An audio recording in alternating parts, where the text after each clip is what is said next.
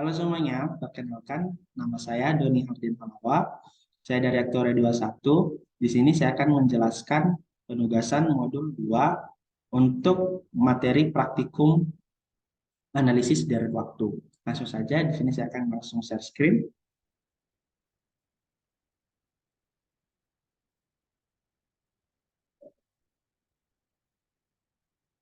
Oke, yang pertama, di sini kita akan disuruh untuk memodelkan data dari hasil penjualan. Langkah yang pertama yang akan kita lakukan yaitu dengan cara mengimpor data. Setelah data diimpor, di sini saya akan menamakan datanya adalah ADW2.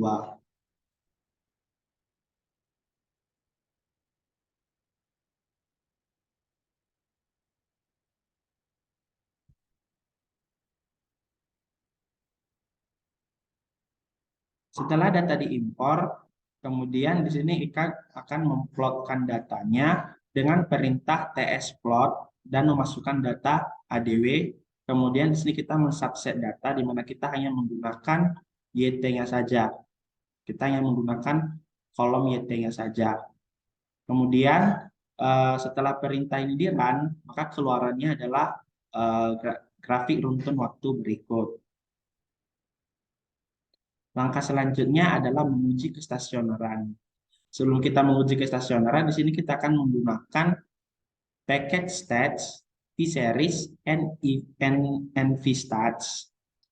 Yang langkah pertama sebelum kita melakukan pemanggilan data tersebut, terlebih dahulu kita akan menginstal package-nya. Karena data di sini sudah saya install, jadi kita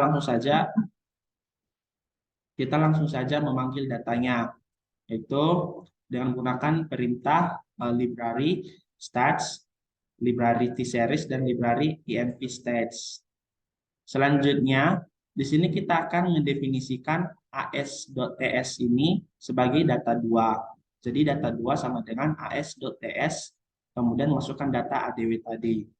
Kemudian kita akan melakukan ADF test dengan memasukkan nilai data 2, yaitu ADFTS yang sudah didefinisikan tadi sebagai data 2. Kemudian kita coba run, kemudian keluarannya adalah sebagai berikut. Yaitu yang pertama, kita memperoleh nilai Digipaler yaitu sebesar min 3,199, kemudian leg ordernya sebesar 3, kemudian nilai p-value-nya adalah sebesar 0,1093. Setelah menjalankan perintah ini, maka kita bisa menguji hipotesis, di mana diketahui H0-nya adalah data tidak stasioner, kemudian H1-nya adalah data stasioner, dengan taraf signifikansi adalah sebesar alfa 5%, dengan nilai value-nya adalah sebesar 0,1093. Kemudian di sini daerah penolakannya di mana tolak H0 jika nilai p-value-nya itu lebih kecil dari nilai alfa. Sehingga keputusan yang diperoleh di mana kita memperoleh nilai p-value adalah sebesar 0,1093, di mana p-value ini lebih besar dari nilai alfanya yang sebesar 0,05. Karena H0-nya diterima, maka kesimpulan yang kita peroleh dengan taraf signifikansi alfa 5%, maka diperoleh kesimpulan bahwa data deret waktu tersebut tidaklah stasioner. Nah, yang kita lakukan ketika datanya tidak stasioner adalah melakukan differencing. Kita lakukan differencing dengan menggunakan perintah diff. Kita menggunakan perintah diff, kemudian masukkan nilai data 2. Setelah itu, perintah diff dengan masukkan data 2-nya kita definisikan sebagai data 3. Kemudian kita akan melakukan uji differencing-nya, yaitu adf.test data 3. Maka keluarannya adalah sebagai berikut. Di sini kita memperoleh nilai Digivaler-nya sebesar min 3,8917. Leg order-nya adalah sebesar 3, dan p-value-nya sebesar 0,02665.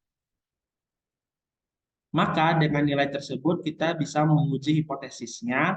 Yang pertama H0-nya itu adalah data tidak stasioner, H1-nya data stasioner dengan taruh signifikansi 5%, nilai p-value yang sudah kita peroleh yaitu sebesar 0,0265. Sehingga daerah penolakannya di mana analnya ditolak jika p-value-nya lebih kecil dari alfa. Sehingga keputusan yang diambil adalah A0 ditolak karena nilai p-value-nya yaitu 0,02665 lebih kecil dari nilai alfanya yaitu 0,05. Sehingga kesimpulan yang kita peroleh yaitu pada taraf signifikansi 5% data tersebut stasioner. Jadi karena datanya ditolak maka keputusan yang diambil adalah data yang stasioner. Kemudian karena data tersebut stasioner, kita akan melanjutkan. Nah, untuk data yang stasioner itu harus dikurangi dengan nilai pencilan atau nilai persentil. Nah, nilai pencilan atau persentil ini itu diperoleh dari nilai di hasil differenting data duanya.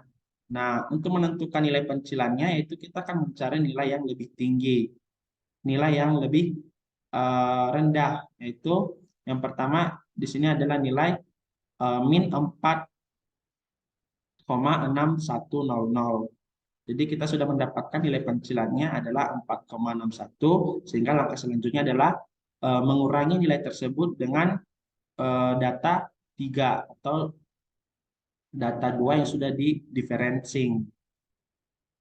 Sehingga kita bisa mendefinisikan pengurangan ini sebagai data 4. Jadi data 4 sama dengan data 3 dikurangi dengan min 4,61. Selanjutnya berikut adalah outputnya. Kemudian juga kita akan menentukan stasioner variansi dengan menggunakan perintah env stats. Selanjutnya kita di sini akan membuat nilai data 4 ini sebagai vektornya. Jadi data 5 vektor ini didefinisikan sama dengan nilai vektor data 4. Kemudian kita akan masukkan perintah boxcox, yaitu dengan masukkan nilai data 5 vektor tadi. Kemudian keluarannya adalah sebagai berikut.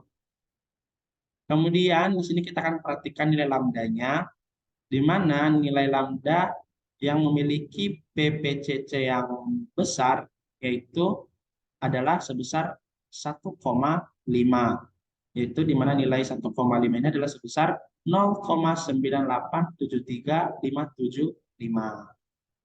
Selanjutnya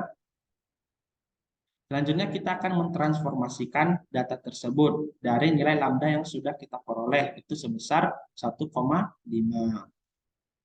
Kemudian data transformasinya sama dengan data 5 vektor dipangkatkan dengan 1,5. Jadi nilai 1,5 ini itu bisa kita menggunakan transformasi Z pangkat T. Jadi T-nya tadi kan 1,5. Jadi 1,5 itu jadi pangkat dari data 5 vektor. Sehingga kita memperoleh data 6 transformasinya adalah di bawah berikut. Setelah menentukan data transformasinya, kita bisa menentukan nilai plot ACF dan PACF-nya. Di sini kita menentukan nilai plot PACF dan PACF-nya dengan menggunakan perintah PACF dan ACF. Yang pertama, di sini kita akan menggunakan perintah ACF, kemudian memasukkan nilai data 6 transformasinya dengan lag maksimumnya adalah sebesar 10. Dan perintah ini kita namakan sebagai ACF dari modul 2. Selanjutnya kita menggunakan perintah PACF, sama juga dengan ACF, kita tinggal memasukkan nilai data 6 transformasinya dengan lag maksimum sebesar 10 dan kita namakan sebagai PACF dari modul 2. Sehingga keluarannya adalah sebagai berikut. Yang pertama di sini adalah data dari ACF-nya, di mana kita ketahui pada data ACF ini, di mana leg satunya ini memotong atau cut off pada leg 1 ya. Sedangkan pada PACF, dia memotong pada leg 1 juga. Jadi untuk ACF kita bisa mendapat nilai moving average-nya, yaitu sebesar MA1, yaitu model MA1. Sedangkan pada PACF karena dia cut off pada leg 1, maka kita bisa memperoleh model AR-nya yaitu AR1. Kemudian, setelah kita peroleh kedua nilai model ini, karena terdapat satu kali differencing model, dan ini kita sudah melakukan satu kali differencing agar datanya bisa stasioner, maka data yang dihasilkan juga bisa berbentuk ARIMA 111, yaitu di mana nilai P-nya adalah 1, nilai D-nya adalah 1, kemudian nilai Q-nya adalah 1. Jadi, dari kesimpulan ini, berdasarkan plot ACF dan PACF yang dihasilkan, maka dugaan model yang mungkin adalah AR1, MA1, dan ARIMA 11. Mungkin sekian dari saya ucapkan banyak terima kasih.